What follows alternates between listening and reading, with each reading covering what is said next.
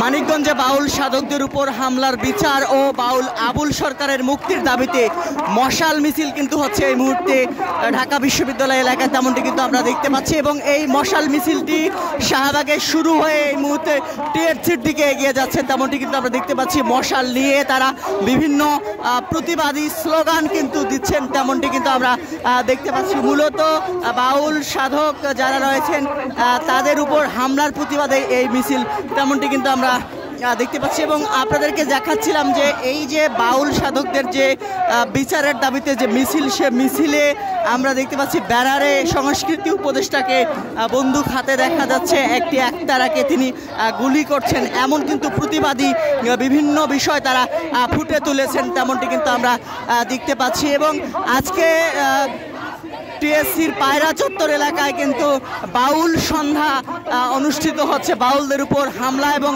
বিচারের দাবিতে টিএসসিতে একটি প্রতিবাদী বাউল সন্ধ্যা, বাউলদের নিয়ে প্রতিবাদী গান এবং বাউল গানের আসর কিন্তু টিএসসিতে যে পায়রা চত্বর এলাকা রয়েছে সে পায়রা চত্বরে বসেছে, তেমনটি কিন্তু আমরা দেখেছি। এবং আপনাদেরকে দেখাচ্ছিলাম এই মুহূর্তে বাউলদের উপর হামলার বিচার ও বাউল আবুল সরকারের মুক্তির দাবিতে যে মশাল মিছিল, সে মশাল মিছিলটি কিন্তু এই মুহূর্তে রাজু ভাস্কর্য এলাকায় এসেছে এবং এটি কিন্তু এগিয়ে যাচ্ছে ঢাকা বিশ্ববিদ্যালয়ের রাজু ভাস্কর্যের দিকে, তেমনটি কিন্তু আমরা দেখতে পাচ্ছি।